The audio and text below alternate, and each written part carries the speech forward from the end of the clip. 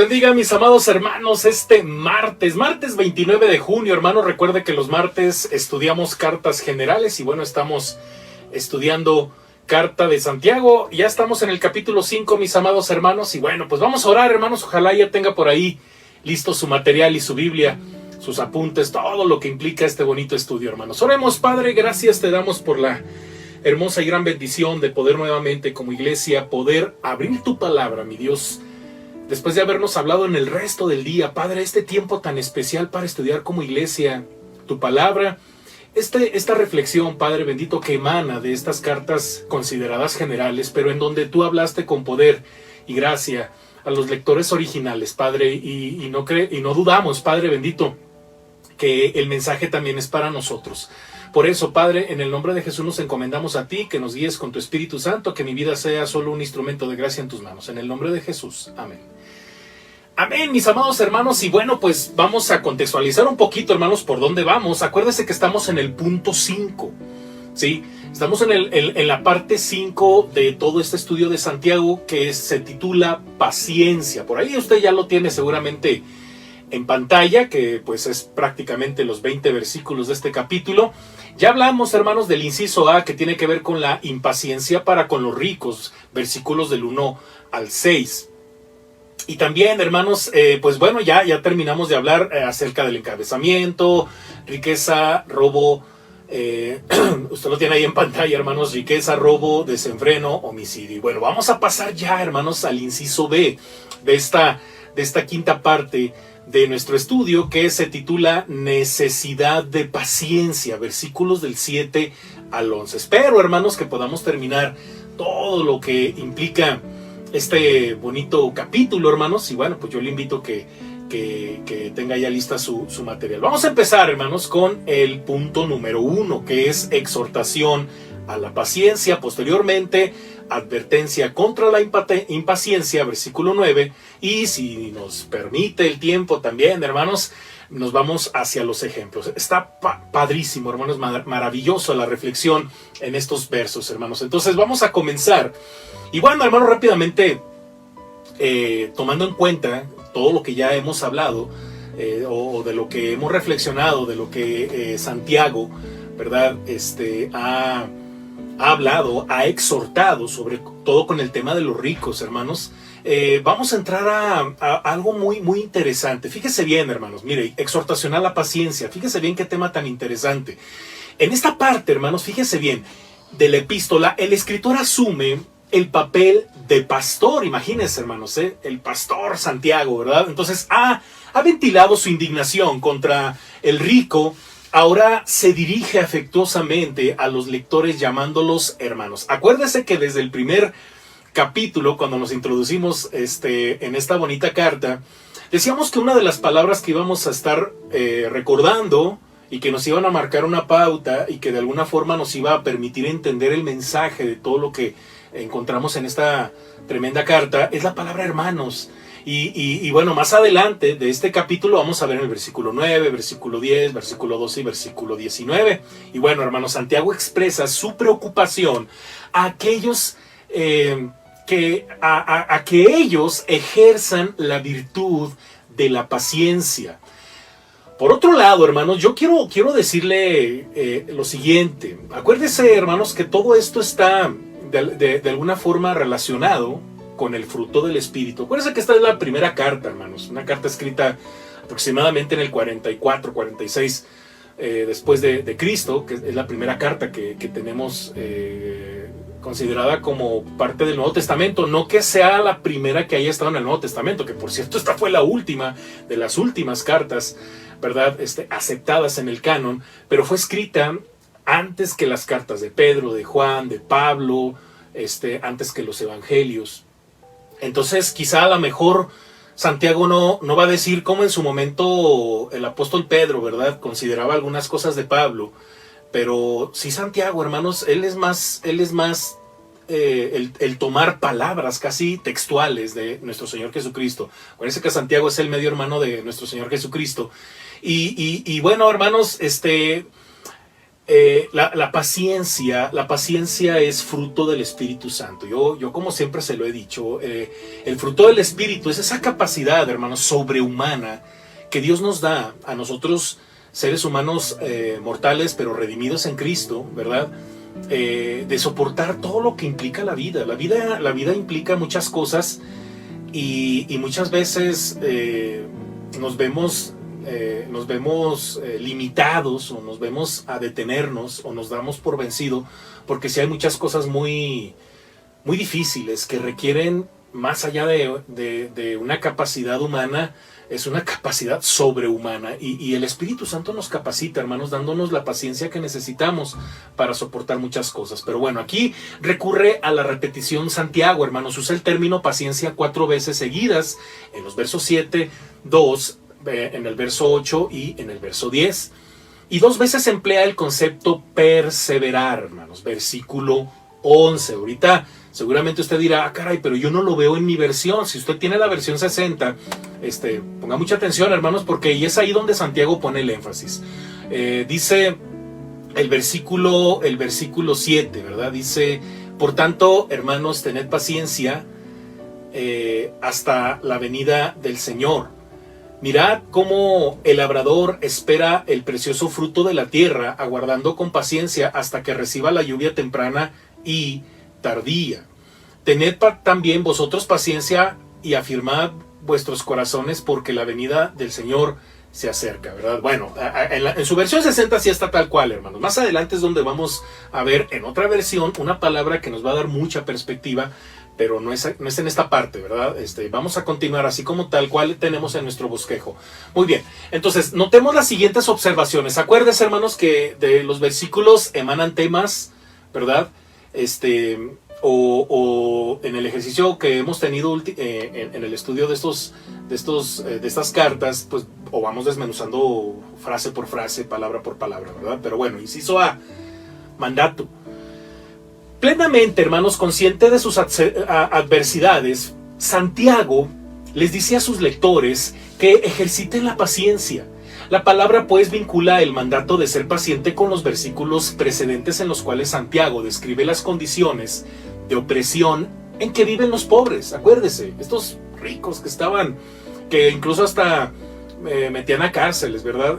Hace mención los versículos previos. A los pobres, ¿no? En cierto sentido, Santiago retoma el tema, hermanos, con que comenzó su epístola. Si recordamos capítulo 1, versículo 2, que dice, hermanos míos, tened por sumo gozo cuando os halléis en diversas pruebas.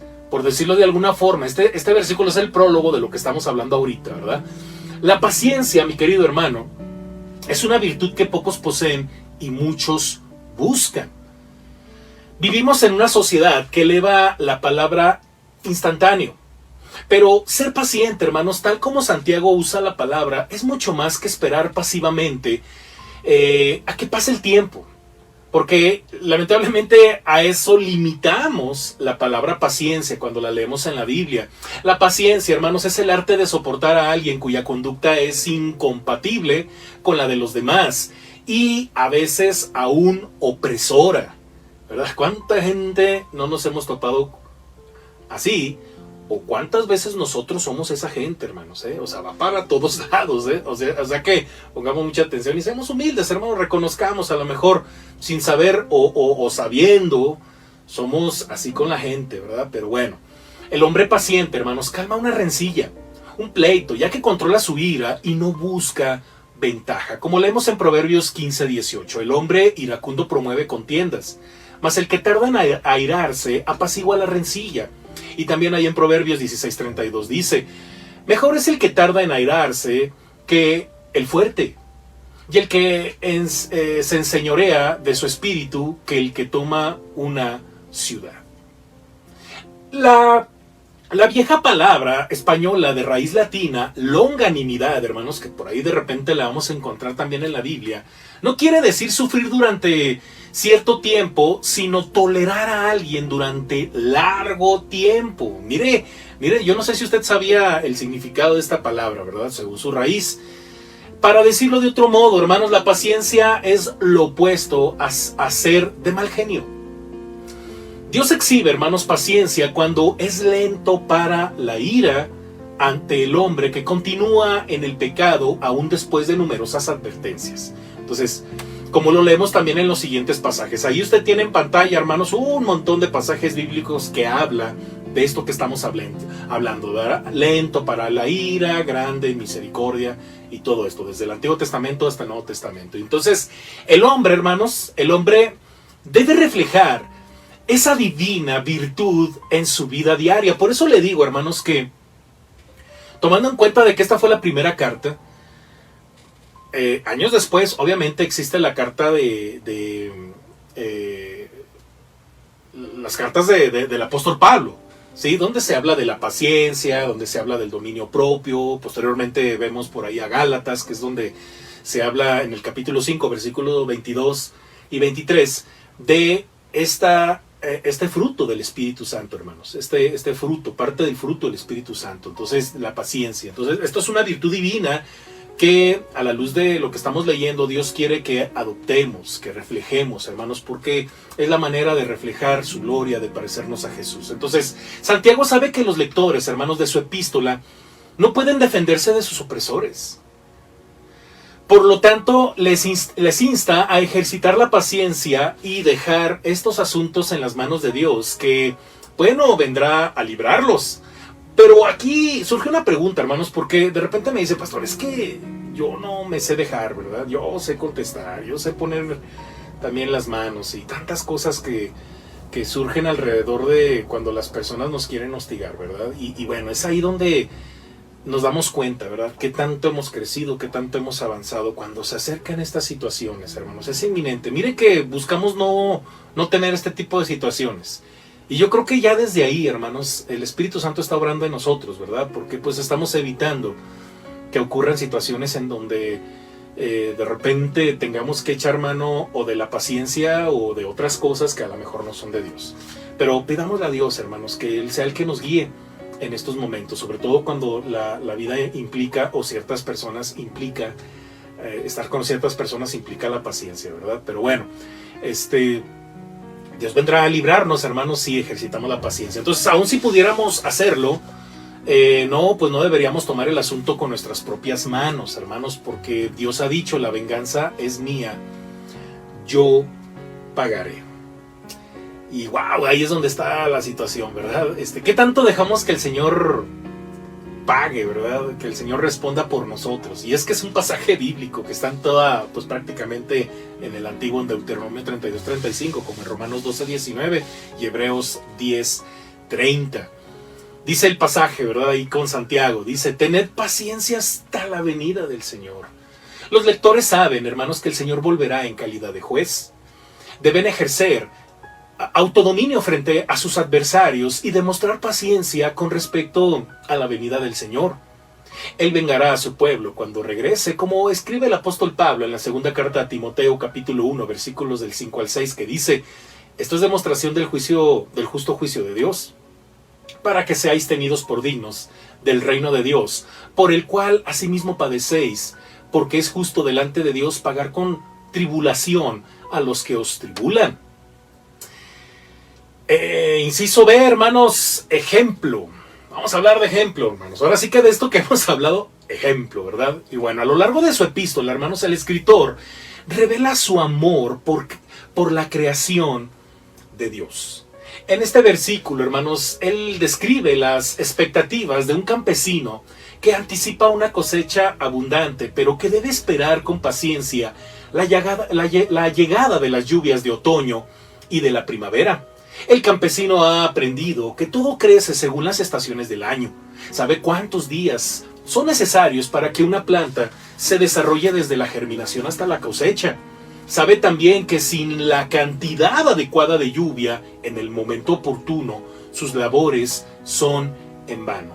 Entonces, aquí es bien interesante, hermanos, porque cuestionamos mucho, ¿verdad? Quizá a lo mejor está un poquito las enseñanzas. A lo mejor no lo decimos, hermanos, pero por dentro decimos, es que es bien difícil, pastor, es que es bien complicado, ¿cómo voy a tener paciencia ante tal situación? Y si le hicieran algo a sus hijos, ¿usted qué haría? Y si le pasara algo a su esposo, ¿usted qué haría? Me explico, o sea, y le digo esto porque me lo han puesto en esa perspectiva. Y creo que Santiago entiende perfectamente bien esta situación, hermanos. Somos seres humanos en proceso de santificación y creo que está considerando hasta cierto punto pues la condición de sus lectores, ¿verdad? No creo yo que Santiago sea tan cruel como para que no entienda a los demás. Pero él pone un ejemplo muy amable, porque él dice, los labradores hasta cierto punto, conociendo lo que implica su labor, su trabajo, bueno, pues él pone su esperanza, su confianza en algo que no está en sus manos, ¿verdad? Y se refiere a esa espera de las lluvias para que sus cosechas tengan éxito, ¿verdad? Pero bueno, aunque la cantidad de lluvia, hermanos, fluctúa en la región de Israel, porque estamos hablando del contexto de donde fue escrito esta carta, bueno, el campesino sabe que puede esperar las lluvias del otoño, que comienzan con cierto número de tormentas en las últimas semanas de octubre. Esto es real, hermanos, esto es real. Luego él puede sembrar su semilla para que tome lugar la germinación y espera ansiosamente que caiga una cantidad suficiente de lluvia en abril y mayo, cuando el grano madura y el rendimiento aumenta cada vez que las lluvias caen. Él depende, por lo tanto, de las lluvias de otoño y de la primavera. Y bueno, la Biblia habla de esto, hermanos, de la lluvia tardía. ¿Se acuerda? ¿Ha oído eso, hermanos? Usted tiene ahí las referencias bíblicas de esto que le estoy diciendo, Deuteronomio 11:14, Jeremías 5:24, Oseas 6:3 y Joel 2:23. Y bueno, puede predecir la llegada de la lluvia, pero no puede hablar con certeza acerca de la cosecha. El labrador, hermanos, la espera anhelantemente. Inciso C, repetición. Hermanos, Santiago aplica el ejemplo del campesino a los lectores. Tened también vosotros paciencia y afirmad vuestros corazones porque la venida del Señor se acerca. Hermanos, así como el campesino espera confiadamente la llegada de la lluvia del otoño y de la lluvia de la primavera, de la que depende su cosecha, del mismo modo, hermanos, el creyente espera pacientemente la venida del Señor. Por eso, esta es una de nuestras doctrinas muy importantes, la segunda venida, y es algo a la que usted y yo le tenemos que abonar y le tenemos que, ahora sí que, como dicen en mi tierra, machetearle, ¿no? Un poquito ahí, para que sigamos creciendo en esa esperanza, porque de otra manera, hermanos, nos vamos a desanimar porque vamos a sentir como que lo único que tenemos en nuestras manos es la resignación. Y el cristiano no se resigna, el cristiano espera en las promesas del Señor. Y una de las más grandes promesas que usted y yo tenemos como cristiano, que es parte de nuestra riqueza, pero también de nuestros fundamentos en la fe, nuestra doctrina, es la segunda venida de Cristo. Que por cierto, le hago una cordial invitación el día de mañana, miércoles a las 7 de la noche, vía Zoom. Estamos estudiando, de hecho, esta doctrina de la segunda venida. Y bueno, vamos a hablar de muchísimas cosas que se involucran alrededor de esta doctrina y vamos a fortalecer esto que creemos, hermanos, que por cierto se llama el estudio, lo que creemos, y vamos a estudiar la segunda venida. Y bueno, y así como Dios le prometió a Noé que mientras dure la tierra, la sementera y la siega nunca cesarán, según Génesis 8:22, del mismo modo, Dios ha dado al creyente la promesa de que Él volverá. Y es que ya vino, y esa promesa fue por muchos siglos atrás profetizada y Dios le daba esa esperanza al pueblo, y Jesús vino, hermanos, y como Él vino, pues va a venir por segunda vez porque Él lo prometió. Entonces tengamos esa seguridad de que Él va a venir. Santiago les dice a sus lectores, hermanos, que sean pacientes y permanezcan firmes para fortalecer sus corazones, como dice en el original, hermanos. Y esto es otro tema, ¿verdad? Pero bueno, vamos a seguir adelante. Ellos pueden decir con confianza que el Señor vuelve, pero no saben cuándo sucederá eso. Mientras esperan, la duda y la distracción con frecuencia entran en sus vidas.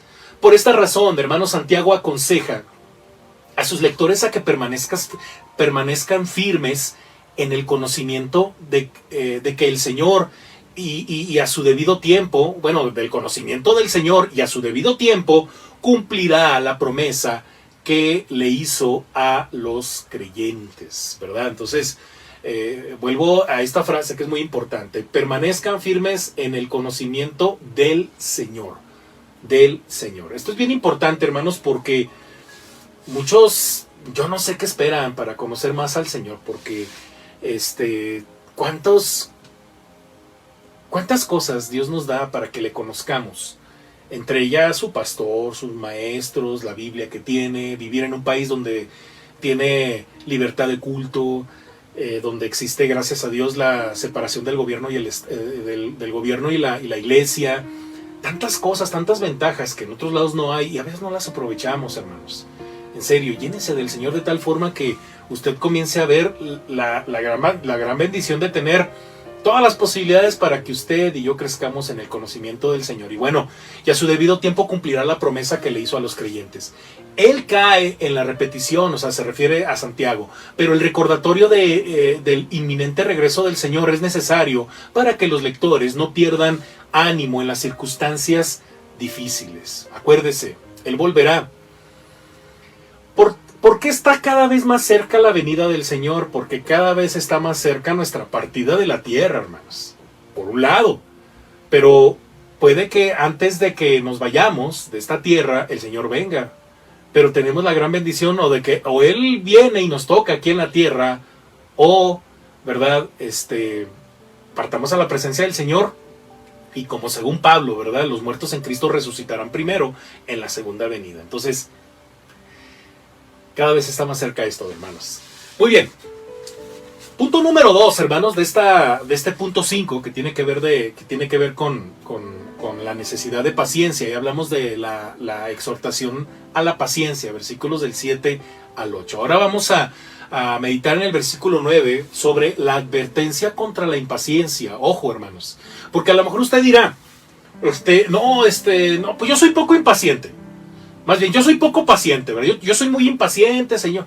Y a veces hay quien se jacta de eso, hermanos. Pero mire, cuando uno lee estos versículos, hermanos, básicamente lo que hace Santiago es no solamente decir que necesitamos ser pacientes, como el campesino, no, sino que tenemos que ser pacientes porque tenemos que ser pacientes, hermanos, porque la impaciencia no tiene nada que ver con los hijos de Dios. Ahorita se va a dar cuenta, hermanos.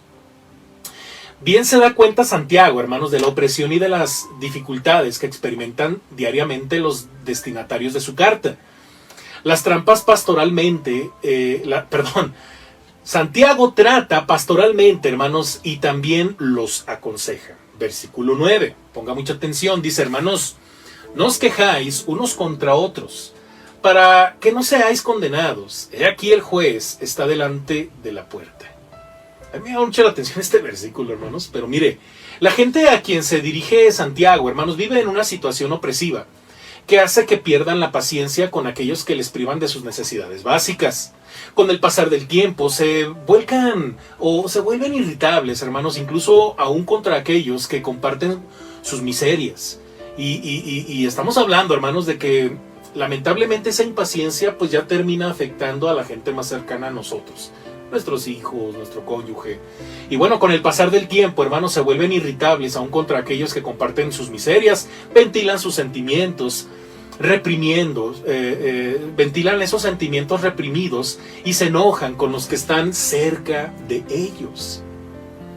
Yo no sé si le ha pasado o le pasa por otro lado que o usted se queja amargamente, ¿no? con su familia, o alguien llega y se queja amargamente de algo o de alguien.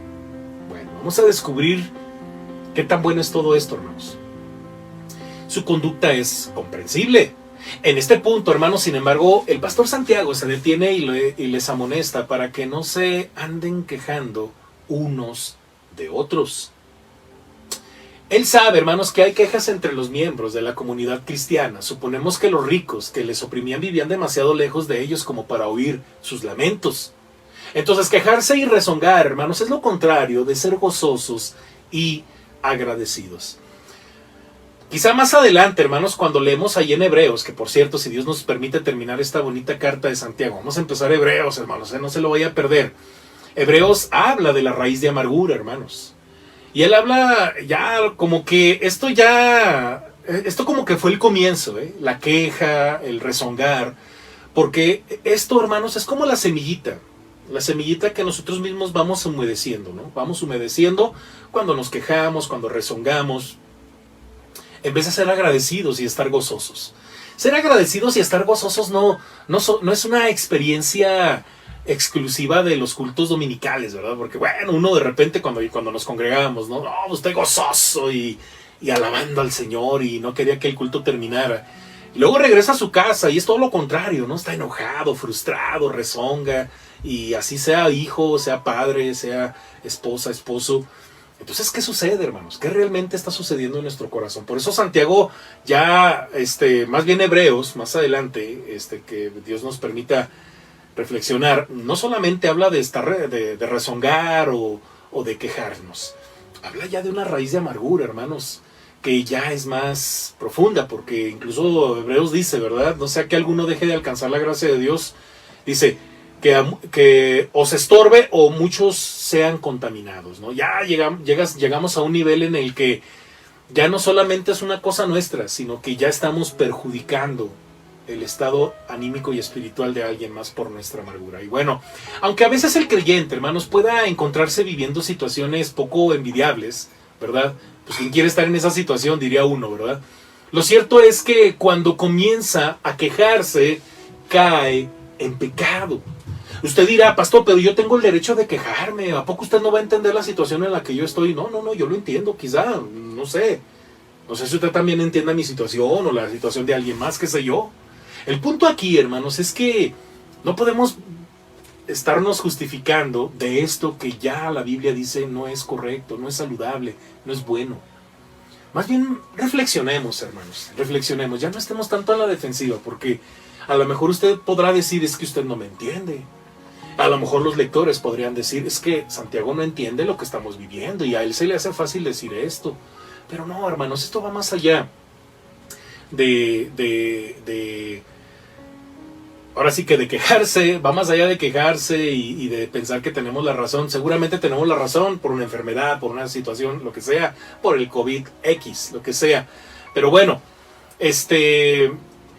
¿por qué peca, hermanos? Bueno, peca porque acusa a Dios. Acusa a Dios, quizá indirectamente, de las desgracias que sufre. Porque finalmente, ¿quién va a tener la culpa? Cuando sobre todo son situaciones en las que uno dice, es que yo no pedí esto, yo no pedí lo otro. Es que llegó la pandemia, es que me quedé sin trabajo. Y bueno, ¿a quién vamos a culpar? Porque estamos buscando un culpable con la queja, ¿verdad? Bueno, casi siempre recae en Dios. Recae en Dios, hermanos. La queja, básicamente, hacia allá va. Porque estamos buscando, cuando nos quejamos es porque estamos buscando un culpable. ¿Hacia dónde va esa actitud? Hacia Dios, hermanos, porque sí, hermanos, Dios es soberano y a veces permite que vivamos ciertas circunstancias, pero mientras las digerimos, ¿verdad? Lo más común es ¿no? La queja, y casi siempre va hacia Dios. De hecho, hermanos, el quejoso critica a su prójimo, lo acusa de las dificultades que él y su prójimo tienen que sufrir y lo juzga injustamente. Esto es contrario a la ley real del amor, ya que en tal caso el quejoso murmura de la ley y juzga a la ley. Acuérdense que la ley real es amarás a tu prójimo como a ti mismo, hermanos. Según los capítulos previos ya hablamos de la ley real. Santiago recuerda, hermanos, a los rezongones, a quienes él afectuosamente llama hermanos, que ellos mismos caen bajo juicio. Dios mismo los juzgará. De hecho, Santiago dice, he aquí el juez está delante de la puerta. El pecador, hermanos, está a un solo latido, está a solo un latido de distancia del juez. Es lo que está diciendo Santiago, ¿verdad? O sea, tú estás a un latido de distancia del juez, querido hermano, le está diciendo Santiago a sus lectores. Porque cuando llega la muerte, el quejoso pasa a la presencia de Dios, que lo juzgará por cada palabra vana que haya dicho. Todo aquel que pasa por los portales de la muerte se encuentra del otro lado con el juez. Por cierto, hermanos, Calvino, en uno de sus escritos, dice lo siguiente: ¿qué sucederá entonces? Lo que debe suceder, que cada cual que busca establecer juicio sobre los demás debe permitir que se haga lo mismo con él. Así todos serán entregados a la misma ruina. Fin de la nota. Mire que lo que Santiago dice viene como palabra de advertencia, hermanos, para el quejoso, impaciente, porque se queja porque no hay paciencia, ¿sí? Ahora, yo quiero decirte algo, querido hermano. No hay que malinterpretar esto, hermanos, porque luego, por no entenderlo a lo mejor, o yo no darme a entender, hermanos, sobre todo con estos pasajes que son muy importantes, muy delicados, pero muy importantes, no significa, hermanos, que nos quedemos callados, ¿verdad? Y que nos estemos, como decimos a lo mejor coloquialmente, nos comemos esto y ahí No, yo creo que no va por ahí la cosa. Yo creo que la cosa va más que nada que te quejes con Dios, pero que lo hables con Dios. Porque puedes estarte quejando con alguien más, echándole la culpa a alguien más y a lo mejor tras bambalinas le estás echando también la culpa a Dios. Yo creo que sí se vale. Lo que no se vale es hacerlo cuando ni siquiera lo has hecho con Dios. Entonces yo siempre he dicho, una vez que lo hagas, hazlo con Dios y ya no lo vuelvas a hacer en otro lado. Quizá puedes contar con alguien, ¿verdad? No, yo me quejé, pero me puse a cuentas con el Señor. De hecho me quejé con Él. Y el Señor me consoló y entendí el propósito de lo que estaba viviendo. Creo que va por ahí la cosa, hermano. O sea, sí hay que quejarse, sí, pero con el Señor. Háblalo, Él te va a escuchar. Mira que por eso hay que leer toda la Biblia, hermanos, porque ahorita, más adelante vamos a hablar de ejemplos, hermanos, quizá ya no nos dé tiempo ahorita, pero vamos a hablar de algunos ejemplos que mismo Santiago tiene que apelar, porque no está diciendo que no lo tengamos que hacer. Pues yo creo que sí, hermanos, pero con el Señor en oración. Creo que las situaciones, más allá de que generen una queja en nosotros, generan la posibilidad o abren cada vez más la puerta a que vayamos al trono de la gracia para alcanzar misericordia y hallar gracia ante el oportuno socorro, porque eso es lo que necesitamos. Pero cuando no lo hacemos, entonces nos quejamos, pero vamos con alguien más y dañamos el corazón de alguien más, ¿verdad? Con lo que decimos y nuestra amarga queja, y quizá tengas razón, qué sé yo, pero qué culpa tiene el otro, ¿verdad? Cuando a lo mejor eso ya es tu pecado, cuando a lo mejor eso ya es algo que a ti ya te está dañando y ya estás dañando a otro, y quizás estás creando en la cabecita de otra persona algo negativo hacia otra persona. Entonces eso ya contamina, hermano. Eso ya contamina. Creo que aquí el punto es que sí, vayamos a la presencia de Dios. Señor, no estoy de acuerdo. Me duele, no quiero. Pero ve con Él y llora. Yo he llorado con algunos hermanos. Yo he llegado con algunos hermanos que han tenido situaciones muy difíciles y que pues yo no tengo las palabras, hermanos. Mire que yo tengo, usted dirá, ¿cómo no, pastor? Pues tiene la Biblia. Sí, hermano, pero cuando alguien está bien dolido, a veces lo que esa gente necesita es que se les acompañe a llorar y a clamar a Dios y a quejarse con Dios. Y yo es lo que he hecho, hermano. O sea, a lo mejor tú dirás, pues qué mal, pastor. Pues esa es la realidad, hermano, porque luego a veces no estamos en esas realidades y se nos hace muy fácil abrir la boca, decir cualquier cosa y a lo mejor la persona está enojadísima con el Señor y yo le digo, vamos a enojarnos con Dios, tú y yo juntos. Entonces nos ponemos a orar y Dios se encarga de consolarnos, de entendernos, porque Él es, se trata de Él, no se trata de mí, no se trata del otro, se trata de Dios, hermano. Entonces yo te animo, porque lo que dice Santiago viene como palabra de advertencia para el quejoso impaciente y como palabra de consuelo para la persona que mantiene sus ojos fijos en Jesús, porque se trata de Él, hermano. La iglesia de todas las edades dice la oración que el apóstol Juan ha registrado al fin del Nuevo Testamento. Amén, sí, ven, Señor Jesús. Apocalipsis 22, 20. Vamos a cerrar esto, mi querido hermano, y vamos a tratar ahora sí que, de digerir esto que hemos hablado, de esto que la palabra de Dios nos ha arrojado. Yo te invito a que te pongas en las manos del Señor, y cual sea tu queja, pónselo a Dios en sus manos. Ponte de rodillas a lo mejor en estos momentos y suplica a Dios, pues que Él te entienda, que Él que acepte tu queja, lo que tú quieras, porque, hermano, si vamos con alguien más, a lo mejor ese alguien más se va a quejar con alguien más, ¿verdad? Porque tú llegaste. No, el Señor, hermanos, que sea el Señor el que nos consuele, nos dé perspectiva y nos anime, porque sobre todo, hermanos, tenemos la gran promesa de la segunda venida de nuestro Señor Jesucristo. Oremos. Padre, gracias te damos, mi Dios, por esta reflexión que hemos tenido, mi Dios, y pues te rogamos que bendigas a tu iglesia, Padre, a tu amada iglesia, que sigamos creciendo en la gracia, que sigamos creciendo en todo lo que implica la fe, que podamos ejercitar esa hermosa virtud tuya, Padre, de la paciencia, porque podemos, por tu Espíritu Santo, mi Dios, ser pacientes. Ayúdanos, mi Dios, porque hay tantas situaciones que seguramente provocan queja en nuestro corazón. Y queremos estar siempre delante de ti, como dice tu palabra, confiadamente al trono de tu gracia para alcanzar misericordia y hallar gracia ante el oportuno socorro. Que seamos una iglesia que crezca en la promesa de la segunda venida de tu Hijo Jesucristo.